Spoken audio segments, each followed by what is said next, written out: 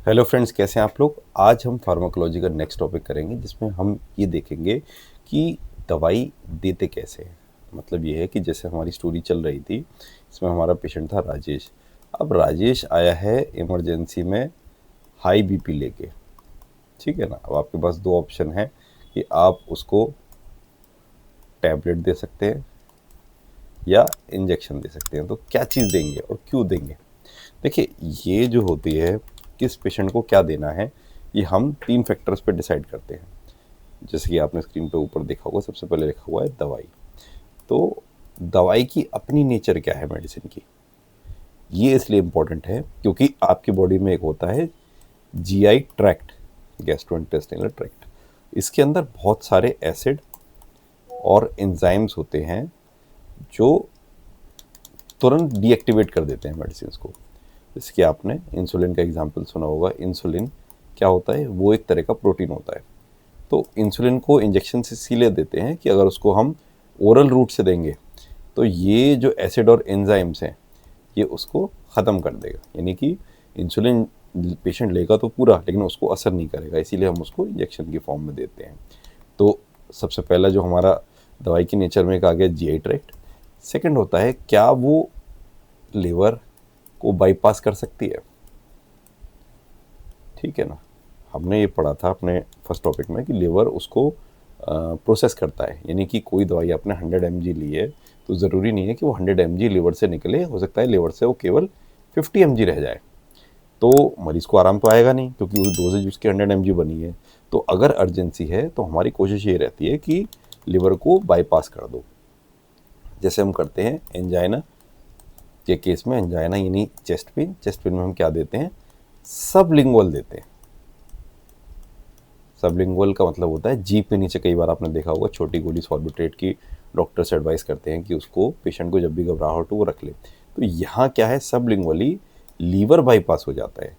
Medicine का liver तक जाएगी नहीं, वो सीधे एब्जॉर्ब होती है। तो एक तो फास्ट एब्जॉर्प्शन होगा उसका, दूसरा 100% एब्जॉर्ब होगी। तो अर्जेंट केसेस में हम सबलिंगुअल मैटर प्रेफर करते हैं। ठीक है ना। फिर ये भी डिपेंड करता है कि हमको दवाई पूरी बॉडी में फैलानी है या एक लोकल लेवल पे रखनी है। तो इसमें कुछ फैक्टर्स होते हैं जिसको हम देखते हैं। तो पहला आपने दवाई की नेचर समझ ली। ठीक है। सेकंड, इसमें इसमें एक पॉइंट रह गया, लिपिड सॉल्युबल तो नहीं है। लिपिड सॉल्युबल से मतलब क्या होगा, आपको पता है हमारी बॉडी में वो होता है ब्लड ब्रेन बैरियर। ठीक है। यहाँ पे सारी दवाई इस बैरियर को क्रॉस नहीं कर पाती, या वही दवाई क्रॉस कर सकती है जो लिपिड सॉल्युबल है। तो अगर न्यूरो का केस है तो उसमें हमें ये भी देखना पड़ता है। ठीक है। तो फर्स्ट हो गया हमारा दवाई की नेचर। सेकंड है हमारा पेशेंट की नेचर, कि पेशेंट की क्या कंडीशन है। ठीक है। अगर मान लीजिए पेशेंट आपका अनकॉन्शियस है, उसको होश ही नहीं है, तो आप उसको ओरल टैबलेट कैसे दे लेंगे। वो तो मुंह ही नहीं खोलेगा और गले में फंस जाएगी। सफोकेशन और चोकिंग का डर एक अलग बना रहेगा। या मान लीजिए आपके पेशेंट को कंटिन्यू वॉमिटिंग हो रही है, तो आपने देखा होगा कि किसी पेशेंट को वॉमिटिंग के बाद उसको अगर हो रही है और आप कोई भी मेडिसिन देते हैं तो वो मेडिसिन को भी वॉमिट आउट कर देता है। तो अगर ऐसी कोई कंडीशन है तो आपको IV route, intravenous route prefer करना होता है, यानी कि सीधे नस में इंजेक्शन देना होता है। बच्चों के केस में भी एक स्पेकुलरिटी होती है।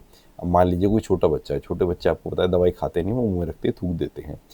और अगर उसको सीजर पड़ रहे हैं, अब सीजर घर पे पड़ रहे हैं, घर पे उसको दौरा पड़ रहा है, तो वहाँ पे तो आईवी फ्लूइड चढ़ा नहीं सकते।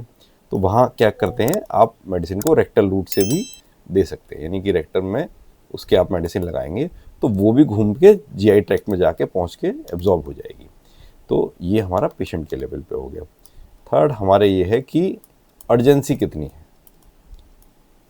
ठीक है ना। अगर कोई पेशेंट अनकॉन्शियस है या वैसा केस है तो उस केस में आपको रुकना नहीं है, आपको उसको सीधे आईवी देनी है। ठीक है ना। और आपको ये देखना है कि मेडिसिन हमको लोकल एरिया में पहुंचानी है या पूरे सिस्टम में। जैसे कि सिस्टम आप समझते होंगे, रेस्पिरेटरी सिस्टम, रीनल सिस्टम, एक पूरे सिस्टम को हमको मेडिसिन देनी है। तो अगर लोकल एरिया में देनी है तो टॉपिकल ऑइंटमेंट, जैसे फंगल इन्फेक्शन में आपने देखा होगा कि लोग क्रीम लगा लेते हैं उतने एरिया पर जिस पर फंगस हो रहा है, और उनको आराम आ जाता है। सिस्टमिक में आते हैं ट्रांसडर्मल पैच। ट्रांसडर्मल पैच क्या होते हैं कि ऐसे पैच जो हमारे स्किन को क्रॉस करके पूरे सिस्टम में एंटर हो जाते हैं, ठीक है ना। यानी दवाई लगाई तो स्किन पे है, जैसे कि हार्मोनल रिप्लेसमेंट क्रीम आती है, टेस्टोस्टेरोन क्रीम, एस्ट्रोजन क्रीम, जो गाइन डॉक्टर्स लिखती हैं, तो वो ऐसी होती है कि अगर कहीं पे भी लगाएंगे तो एब्जॉर्प्शन उसका ब्लड में हो जाता है। तो ये 3 फैक्टर्स बहुत इंपॉर्टेंट है डिसाइड करने के लिए कि भाई क्या देनी है। अब हम अपना क्लासिफिकेशन ऑफ रूट्स पे देख लेते हैं। रूट्स में हमारे को 3 चीज़ें देखनी है। एक तो होता है एटर्नल, एक होता है पेरेंटल, और एक अदर ले लेते हैं हम। एंट्रल रूट वो होता है जहाँ पे दवाई कैसे भी जाएगी, वो पहले जीआई ट्रैक्ट में जाएगी। जीआई ट्रैक्ट उसका जंक्शन हो गया, ठीक है। अब आप ओरली दवाई दें, सबलिंगुअली दवाई दें, ठीक है, या आप रेक्टल रूट से दवाई दें, ये सारी दवाइयाँ जाके पहले जीआई ट्रैक्ट में जाएंगी, उसके बाद वहाँ से प्रोसेस होके वहाँ से बच के तब बॉडी में जाएगी। तो इसको हम कहते हैं एंट्रल रूट। पेरेंटल रूट में कोई भी ऐसा मेथड जिसमें हम जीआई ट्रैक्ट को ही अवॉइड कर देंगे, यानी कि दवाई यहाँ नहीं जाएगी जीआई ट्रैक्ट में, तो हमारा इंट्रामस्कुलर इंजेक्शन हो गया, जैसे कि मसल्स में जो इंजेक्शन लगता है, आईवी हो गया, इंट्रावीनस इंजेक्शन हो गया जो सीधे नस में लगता है, या एक तरीका होता है इंट्राथिकल बोलते हैं। इंट्राथिकल क्या होता है कि हमें सीधे स्पाइनल फ्लूइड में जब देना होता है कोई मेडिसिन, तो उसको हम इंट्राथिकल भी कह देते हैं। तो इन तीनों रूटों में आप देखोगे कि वो अवॉइड हो रहा है। और लास्ट हमारा था अदर्स में हमारा यही देख लेते हैं हम कि ट्रांसडर्मल या टॉपिकल, मतलब एक लोकल एरिया पे लगा दी क्रीम, उस एरिया में असर आ जाएगा, या ट्रांसडर्मल स्किन से हम दवाई को एब्जॉर्ब करा रहे हैं और एब्जॉर्ब करा के वो बॉडी के पर्टिकुलर सिस्टम में जाके पहुंच रही है। तो ये तरीका होता है 3। तो आपका केस था राजेश का, राजेश को क्या है, लैक ऑफ कॉन्शियसनेस है, तो ओरल रूट तो आउट हो गया,